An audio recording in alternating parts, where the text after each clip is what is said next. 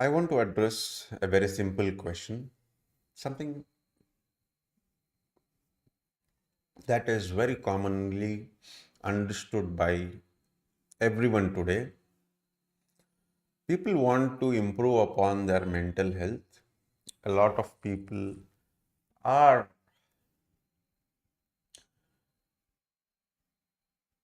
undergoing something of the sort of depression. And I've heard anecdotally multiple stories, examples, narratives, real life experiences of people. It's quite pathetic that today, with all the advancement that we have in technology, science, in pretty much every stream of education, we do not have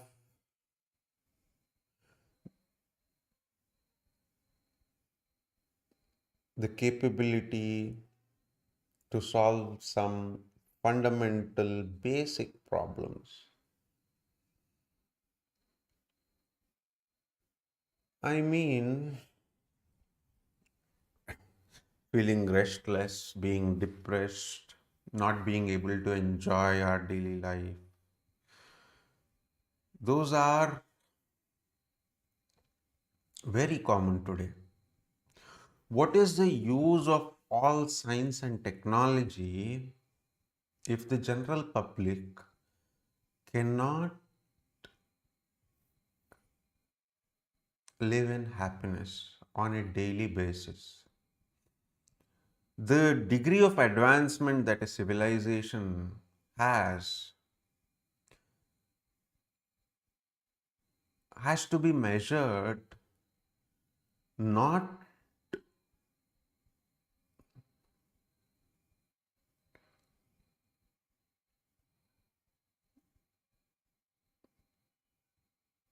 by the means or not in the ways that it is measured today. Advancement should directly reflect the peace of mind that individuals in that society have. The most advanced society should be the most peaceful society also. The happiest society is the most advanced society. If life is blissful for all the people in a particular culture, that's the most advanced culture.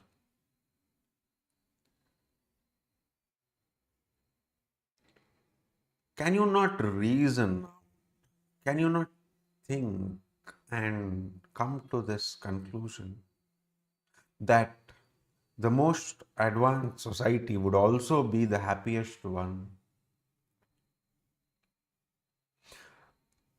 Happiness and advancement is a trend.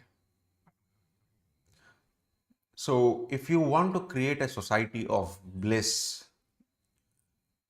you cannot expect it to spring out of misery. You cannot expect more misery to accumulate by the day, and suddenly some invention that springs out of misery cannot give you bliss. That is the kind of utopia people are envisioning with the advent of AI.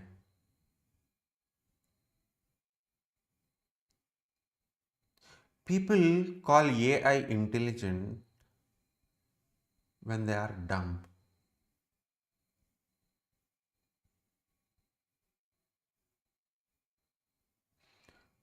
They are so dumb that they don't even know what intelligence means. I don't want to argue with them because they don't deserve it.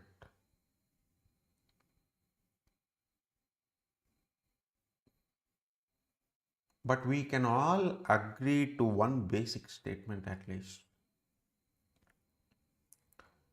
The happier a society is, the happier the individuals in a society are, the stronger the relationships within a society, the more advanced it is. It does not depend on the alloy in your blade. It depends on the alloy in your bonds.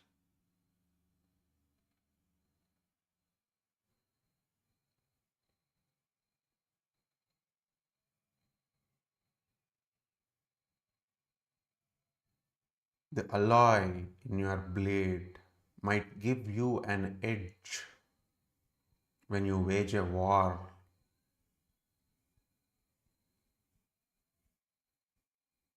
against another society,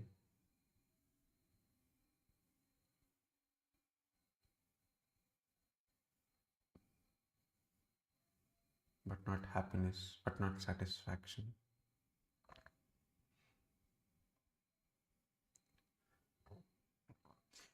You can only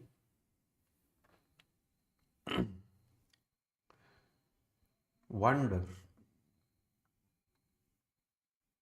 at the nature of creation.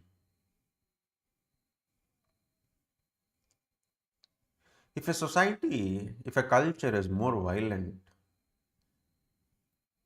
it has more weapons, that is a society more likely to survive or more likely to propagate itself when the society that is in bliss has degraded itself from being in an enlightened state to being lax.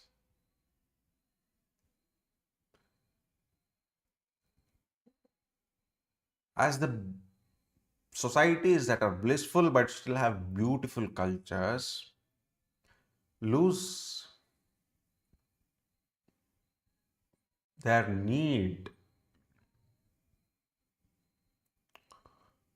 to be powerful enough to war off those with better swords, you see that they degrade both in the direction of consciousness, and with swords they would have anyways degraded. But with time, the societies, the cultures that made swords better would only get stronger. And that's why, like, entropy always increases, as told in thermodynamics. You see that these violent cultures would eventually survive. But if scriptures make any sense and legends have told us anything, it only means that all these operate in cycles.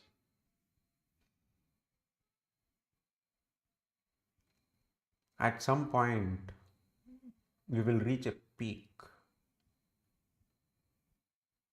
where we have a very violent society, a very restless one, a highly disillusioned public, something like modern day. And from there,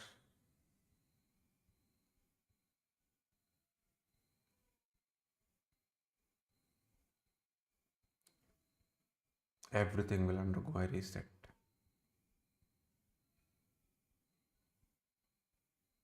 I've heard and I've read, I also believe, I, for lack of better alternatives,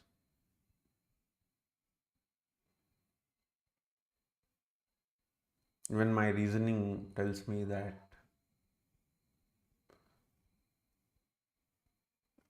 the people who will see the transformation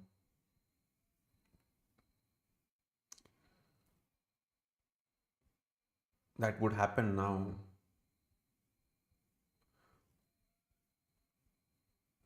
and survive the coming collapse will end up being enlightened if they survive.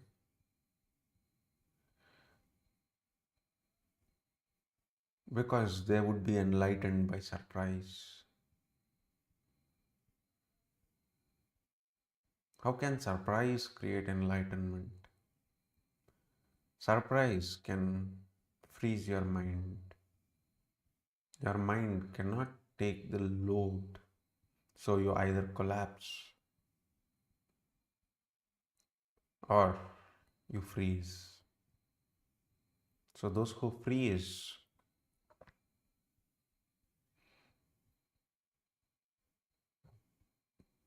become observers. Those whose minds freeze become observers. When they become observers, what they observe will make them enlightened.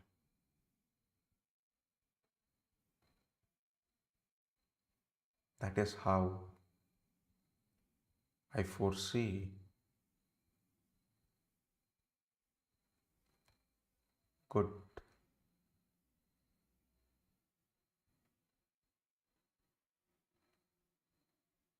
sprouting again with the collapse.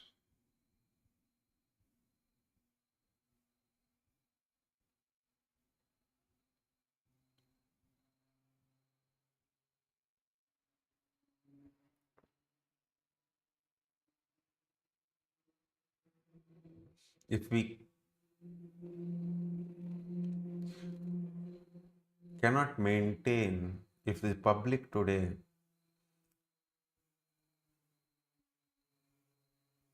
are in a situation where a boy or a girl can't hold on to his or her relationship, could not choose the correct person to have a relationship with, it means we have failed in educating them as a society. If a person commits suicide, then it means that the society has not educated that person, or society has actively killed him with misinformation. Of course, scriptures say that suicide is one of the greatest sins that man could ever commit.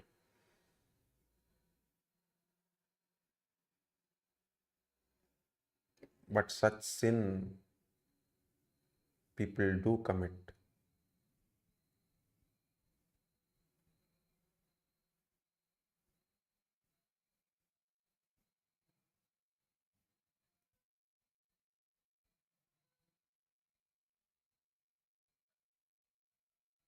What education have they received?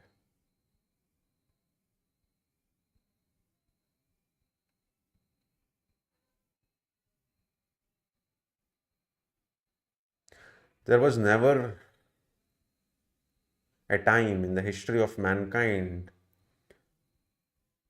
when the fraction of population that underwent formal education was so high as it is today.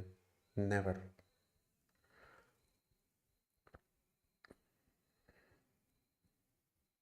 But still, if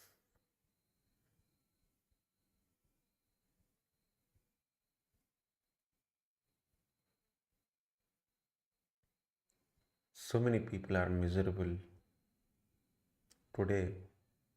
We have so many addicts, unhappy people, spoiled relationships, jobless people, people doing mindless jobs. You know the level of problems in society today.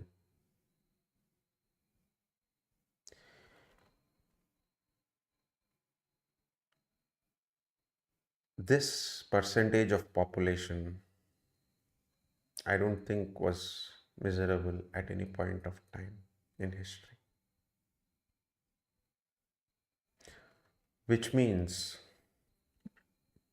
in the name of education, we are only spoiling a child's childhood, youth. A human being with all his childhood and youth spoiled is rendered useless in society. All that he can do is follow guidelines, and those guidelines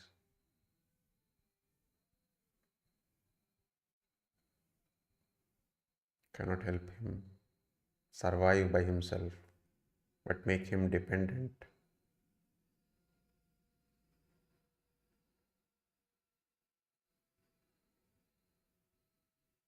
Make him dependent on so many factors, the job market,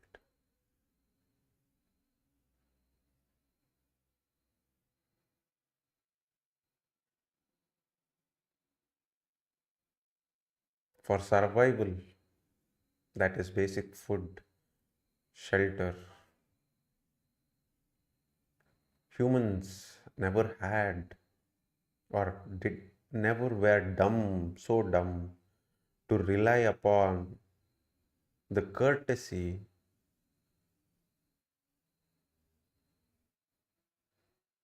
of employers.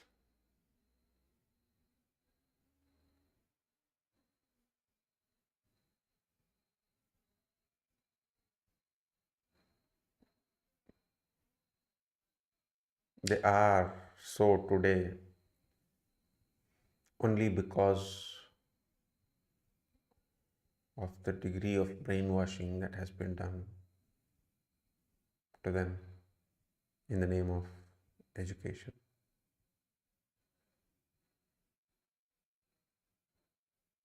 People always lived off the land. They would save their food in all of human history.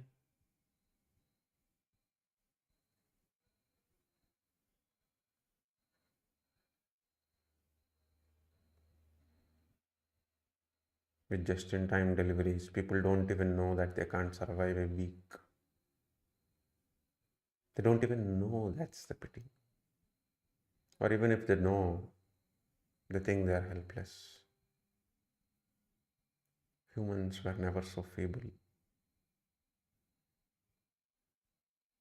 Such feeble nature would never have let humans be the dominant species on Earth.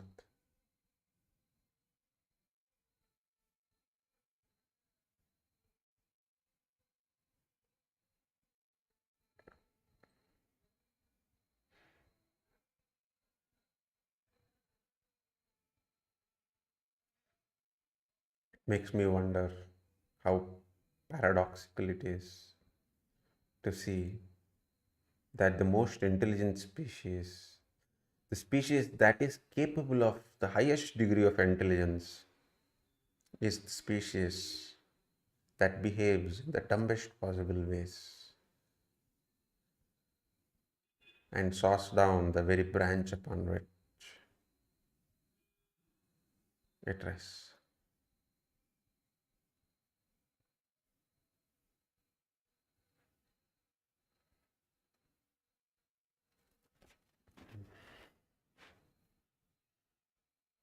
Well, let me put it like this. something that you can take home today.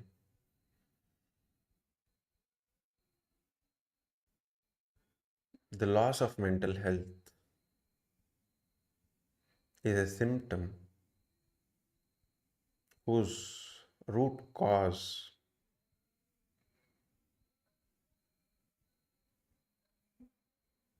lies in restlessness. The cause of restlessness varies from person to person.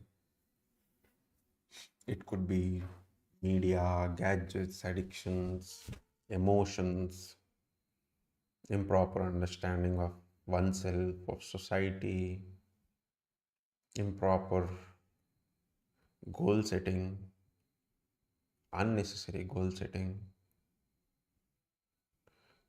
desire, fundamentally. So many things. But something is making you restless.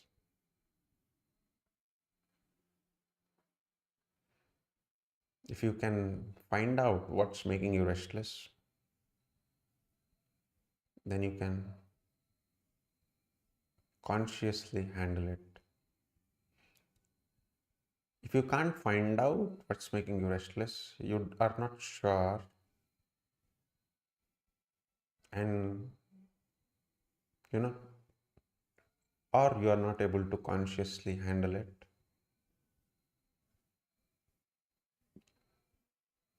you should know that restlessness is when the mind moves rapidly between your memories, creates permutations and combinations of all possibilities that could happen in the future, what happened in the past, reiterates over them, and runs through certain experiences, runs through what might be your future experiences. All that scenarios playing out at light speed or faster than light, at mind speed. That's what restlessness means.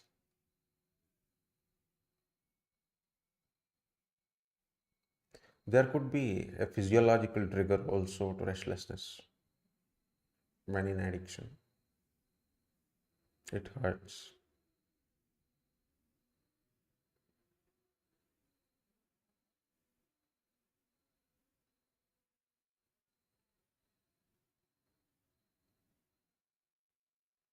You need the courage to overcome the phase where it hurts. It takes courage.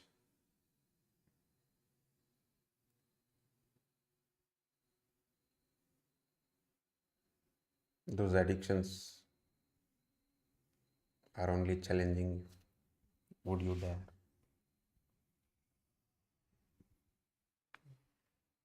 Do you have the courage? If you display that courage, addictions fade.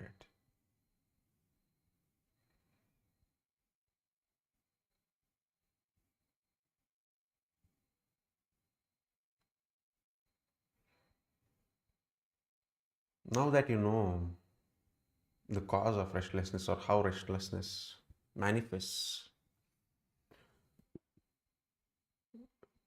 to slow down the mind, to pause it, to relax, you need to stop observing your mind,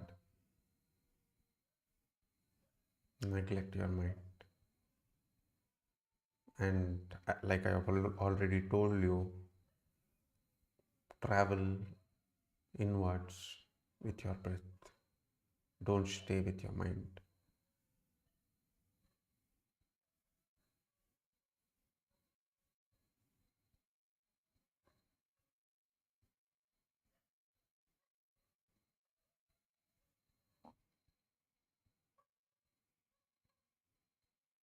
The space between your eyes and the center of your forehead is a virtual triangle. Consider that a virtual triangle. That's where the mind moves most rapidly. So if you are diving into yourself with your breath, you stop observing the space between your in this virtual triangle and observe elsewhere within your body.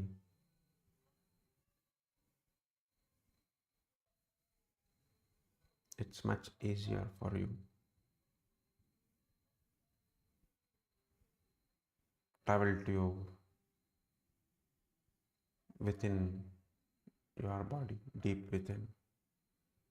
Observe elsewhere. Observe your gut, your leg, anything. But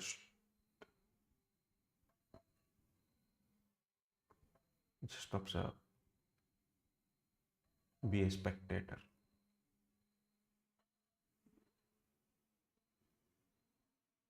Just like scriptures tell you that God watches upon us, play God, watch upon your mind, your body. That's the key to experiencing godliness. Right now.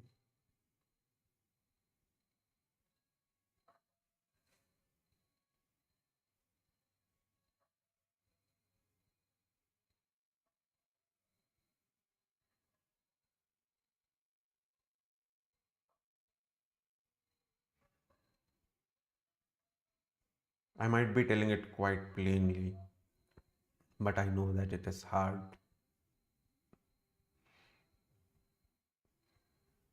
And after a long time where I've spent hours in trial and error, in contemplation, it has taken a lot for me to clearly reach this understanding and experience.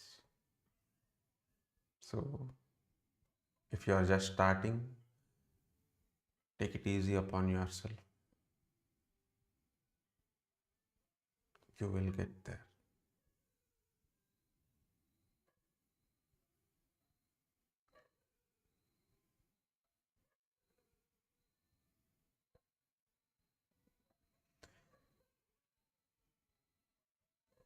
The entire universe considers you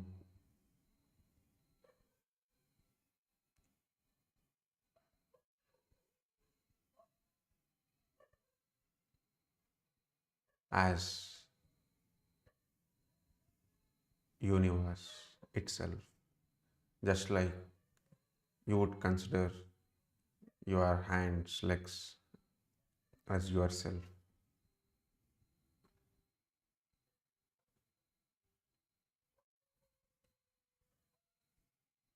Why do you want to live with an identity that differentiates yourself or your body from the rest of creation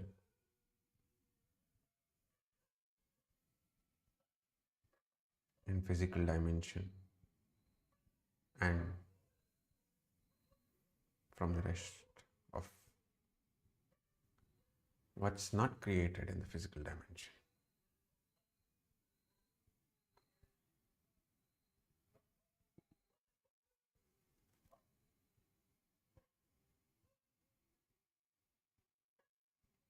If you can accept this reality, then the problem you have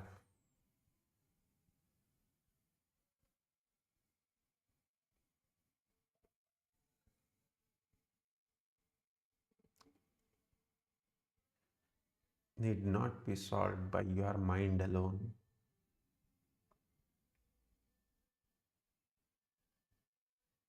You can just try being the observer